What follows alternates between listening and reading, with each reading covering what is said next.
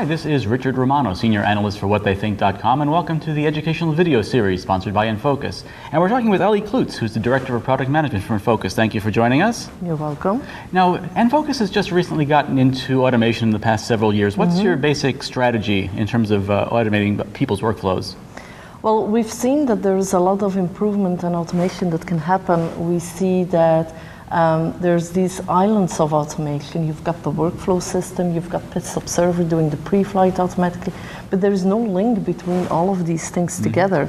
And that's where Switch comes in, and that's what we want to solve. We want to make this one stream of seamlessly automated systems all together.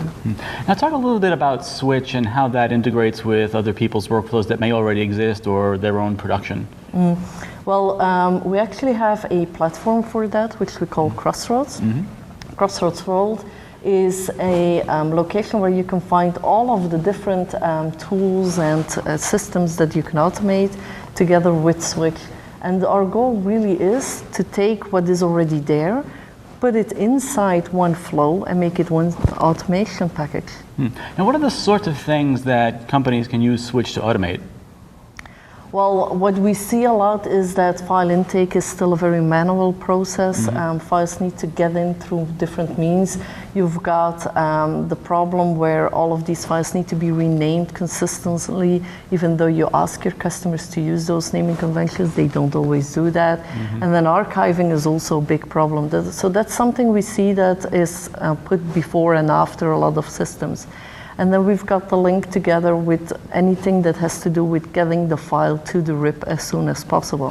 Getting the file in, checking if it's okay, communicating back to the customer, pre-flight reports being sent all over the place, giving files that need work to the operator that can do it, and even bringing the human factor inside the automation workflow. Now, since you mentioned the human factor, there's a sort of a lot of myths floating around that you've been producing some documentation and some white papers sort of debunking some of the myths of automation.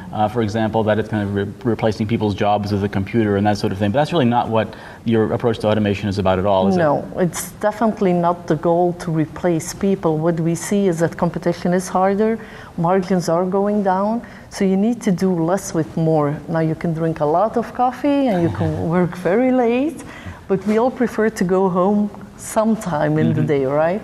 So that's where automation comes in. We try to automate all of the tasks where, you know what, your competition can do it just as well as you can.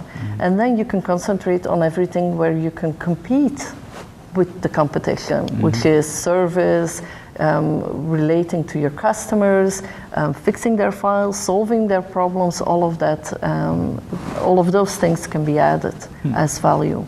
So what other advice would you give to companies who are thinking of moving into or testing the waters of automation? Well, do it step by step.